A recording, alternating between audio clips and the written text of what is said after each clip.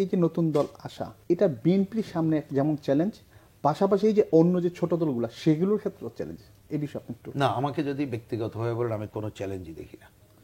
কেন চ্যালেঞ্জ দেখি না শোনেন, আপনি যেহেতু ই করলেন, তো দেখেন বাংলাদেশটা, যদিও এইটা পজিটিভ না নেগেটিভ আমি সে আলোচনায় ঢুকছি না, দেখবেন যে বিভিন্নভাবে সমর্থক গোষ্ঠী এক এক দলের যা আছে, এইটা কিন্তু ব্যাপক পরিবর্তন এখনই ঘটে যাচ্ছে। আমি তার সিনারিও দেখছি না, প্রথম কথা। তথ্যপত্র সহ দেখা যেতে পারে। দ্বিতীয় হচ্ছে একটা সুইং ভোট থাকে, সেই পরিমাণটা বাংলাদেশে কিন্তু অত বেশি না।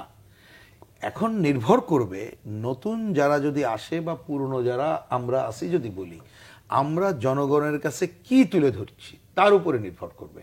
কিন্তু যদি বলি, আমি আজকে এই আলোচনা তুলতে চাচ্ছিলাম না, কিন্তু তবু একটু খালি বলি, এই যে মোশাররফ আহমদ ঠাকুর একটু তুলছেন বলে বলি, কিন্তু আমি এটা বলতে ইন্টারেস্টেড এই সময় ছিলাম না, যে তারা শুরুতে রাজনৈতিক দল করার ব্যাপারে, একটা রাজনৈতিক দল মানে তার নীতি আদর্শ লক্ষ্য সুনির্দিষ্ট থাকতে হয়।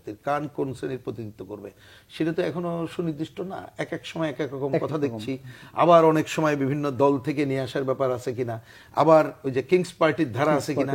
তাহলে এই রকমের একটা যদি হয়, সেইটা যদি সাময়িক যদি মনে করেন কিছুটা হলেও পাত্তা পাবে, এই লং টার্ম এইটা কোনো ভালো কিছু করতে পারবে বলে আমার মনে হয় না, এবং কোনো দলের প্রতি থ্রেট বলে আমি ব্যক্তিগত ভোটের মাঠে এটা ফ্যাক্টর।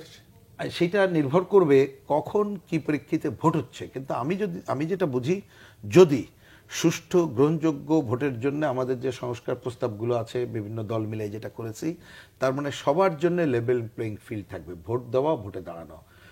ভোটকে অর্থ পেশি শক্তি, ভয়ের রাজত্ব, প্রশাসনিক কি বলে কারসাজি মুক্ত, সাম্প্রদায়িক আঞ্চলিক প্রচার প্রমুক্ত যদি আমরা করতে পারি, তাহলেই কেবলমাত্র আমরা করতে পারবো সম অধিকারের জায়গায়। সেরকম যদি যেতে চাই, তাহলে কোনো থ্রেট দেখি না। যদি এদের মধ্যে কেউ ভালো নীতি আদর্শের কথা বলে কেউ যদি কোনো সিটে জিতে আসে, সেটা তো থ্রেট না, সেটা বরঞ্চ এই গণতন্ত্রের ধারাকে অগ্রগতির জন্য কাজ। কিন্তু বাংলাদেশে এমন কোনো ঘটনা ঘটে নাই বা ইতিমধ্যে দেখতে পাচ্ছি না যে তারা সমস্ত প্রচলিত রাজনৈতিক দল ব্যবস্থা ভেঙে দিয়ে নতুন একটা কিছু করবে, সেরকম কোনো আলামত এখনো পর্যন্ত এটা দেখছি না। ওনারা তো নির্দলীয়, অন্তর্বর্তীকালীন সরকার, মানে তো নির্দলীয় সরকার, তাই তো।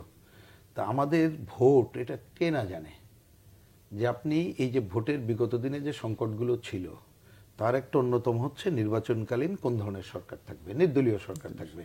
তাহলে ওনারা যদি নির্দলীয় রূপ রক্ষা না করতে পারেন, তাহলে তো আর ওনাদের আন্ডারে নির্বাচন মানুষই গ্রহণ করবে না, মনে রাখতে হবে। তাহলে আমাদের আবার একটা ইন্টারিম সরকারের কথা বলতে হবে।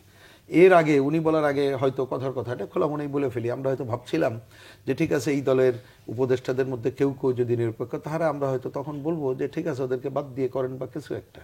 এখন যদি প্রধান এটা করেন, তাহলে তো এটা আরো বড় সংকট হয়। আমার মনে হয় সে ব্যাপারে এখনো সময় আছে, ওনারা সচেতন থাকবেন। কিন্তু রাজনৈতিক দল করার ব্যাপারে তো আমরা আমাদের কথা বললাম। আমি একটু রাজনৈতিক দল করার ব্যাপারে একটা ছোট্ট দৃষ্টিভঙ্গি আপনার সামনে, আপনাদের মাধ্যমে সবার সামনে তুলে ধরতে চাই, ভাইকেও বলতে চাই যে জিনিসগুলো ভাবার জন্য। দেখেন, বাংলাদেশে কিন্তু প্রচুর রাজনৈতিক দল আছে।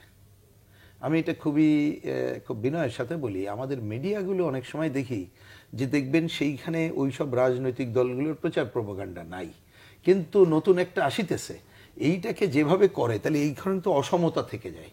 সেটা অবশ্যই করুক, কিন্তু আমরা চাইবো অন্য যে সমস্ত রাজনৈতিক দল আছে তাদের বিষয়ে যেন সমভাবে জাতির সামনে তুলে ধরা হয়। তাই না হলে যেটা হচ্ছে কি জানেন, কেন বলি, আবার একটু ফিরে যেতে হয়, যদিও এটার সাথে 100% লিঙ্ক করেন না, কিন্তু আমি বোঝার জন্য বলছি। অন-11 এবং অন্য জায়গাগুলোতে যখন হয়েছিল, এবং তাদের যেটাকে, সেটা তো বাংলাদেশের মানুষ গ্রহণ করেনি, আমি এটা বলে শেষ করি। সেটা কি, যে প্রচলিত রাজনীতি সব ফেল করে গেছে, নতুন কিছু চাই। তার মানে যেন সবাইকে আপনি নাকচ করে দিচ্ছেন, এগুলো ছেড়ে দিতে হবে জনগণের উপরে। আপনি কিন্তু ইম্পোজ করে কোনো কিছু করতে পারেন না।